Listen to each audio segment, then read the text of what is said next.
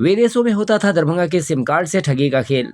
दरभंगा में फर्जी SIM racket का खुलासा। अब तक 34 सिम कार्ड कंबोडिया भेजे जा चुके थे। रिटेलर गिरफ्तार। आर्थिक इकाई पटना की सूचना पर दरभंगा साइबर थाना पुलिस ने एक फर्जी सिम रैकेट का पर्दाफाश करते हुए एक सिम रिटेलर को गिरफ्तार किया है।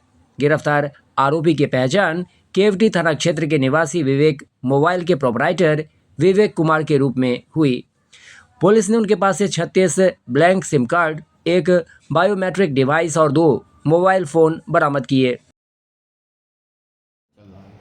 आर्थिक अपराध इकाई पटना के द्वारा हमें सूचना प्राप्त हुई थी कि दरभंगा जिले में 3 विभिन्न सिम रिटेलर्स हैं जिनके द्वारा फर्जी दस्तावेजों के आधार पर फर्जी तरीके से सिम इशू किया जा रहा है और उस सिम का इस्तेमाल विदेशों में जैसे कंबोडिया जैसे देश में साइबर अपराध में किया जा रहा था।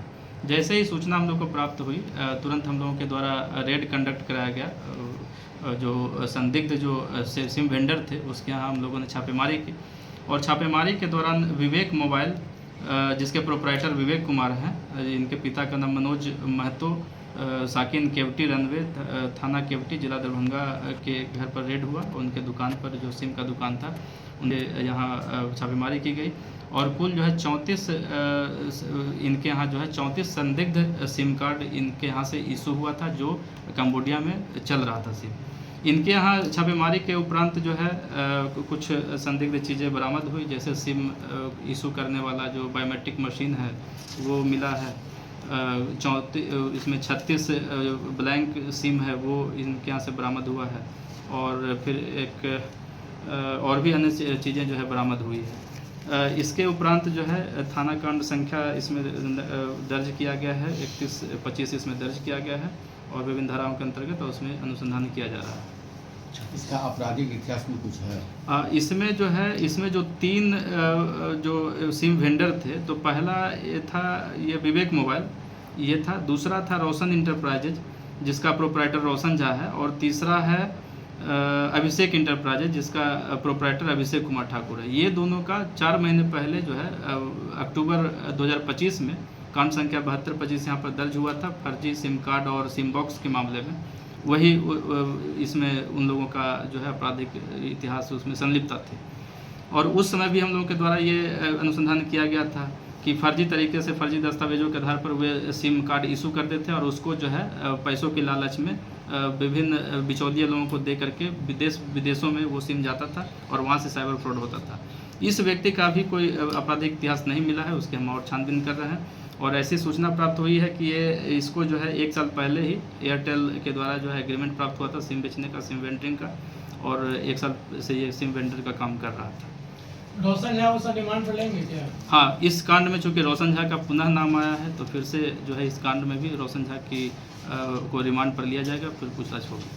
और तीसरा जो आरोपी है वो? तीसरा आरोपी भी 72-25 का वांछित अपराधी है, वो अभी फरार है। उसके विरुद्ध वारंट निकल चुका है कोर्ट के माध्यम से और आगे इश्तिहार कुर्की की कार्रवाई की जाएगी। वो अभी फरार है और शायद मुंबई वगैरह भागा हुआ है। रोशन झा की सर पत्नी भी नामजद थी? रोशन झा की पत्नी भी उस केस में नामजद थी, उस पर भी तफ्तीश चल रही है। शायद जो सूचना प्राप्त हुई है उसमें पटना हाई कोर्ट से उसको बेल प्राप्त हुआ है। सर, साइबर फ्रॉड के लिए क्या संदेश देना चाहेंगे सर? हाँ, साइबर फ्रॉड चूँकि आप देख रहे हैं कि इसमें विभिन्न माध्यमों के द्वारा हम लोगों के द्वारा काफ़ी कुछ हर तरीके की कार्रवाई की गई है और कई सारे केसों का उद्भेदन भी किया गया। इसमें इस तरह की चीज़ें आई है कि अब साइबर अपराध का कोई एक मापदंड नहीं है, उसमें कई अन्य तरीक़ों से जो है साइबर अपराध किया जाता है।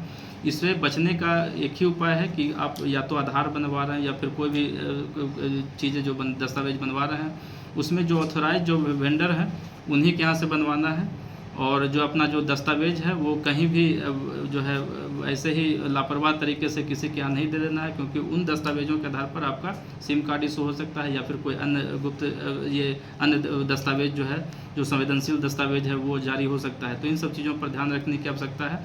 साथ ही जो भी अनावश्यक कॉल हैं, जो अनावश्यक जो व्हाट्सएप कॉल हैं या फिर व्हाट्सएप पर कोई मैसेज वगैरह है, कोई लिंक मैसेज से भेजकर कोई लिंक भेजा जाता है या फिर कोई कहता है कि हम बैंक मैनेजर बोल रहे हैं, हम बिजली ऑफिस से बोल रहे हैं, हम यहाँ से बोल रहे हैं या फिर इन्वेस्टमेंट के नाम पर अभी फ्रॉड हो रहा है।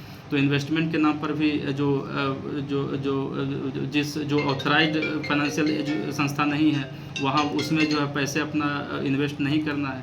इन सारी चीज़ों को ध्यान में रखते हुए जो है अगर हम लोग सतर्क रहें तो इन सब चीज़ों से आसानी से बची जा सकती है। आजकल देखा जा रहा है सर कि ट्रैफिक चालान के नाम पर भी फ्रॉड हो रहा है। हाँ, ट्रैफिक चालान के नाम पर ये बहुत पुराना ये तरीका है। आरटीओ चालान करके एपीके फाइल वहाँ पर भेज करके इस तरह की चीज़ें की जाती है। लोग समझते हैं कि चालान है लेकिन एपीके फाइल वो होता है।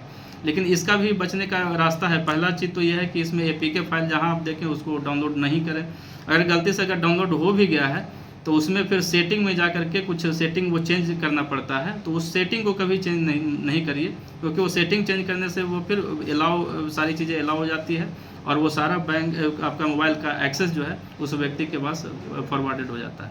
तो उस चीज़ को जो है ध्यान रखने की ज़रूरत है।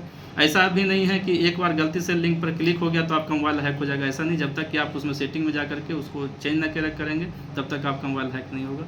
तो इन सारी चीज़ों का ध्यान अगर रखें तो साइबर अपराध से बचा जा सकता है।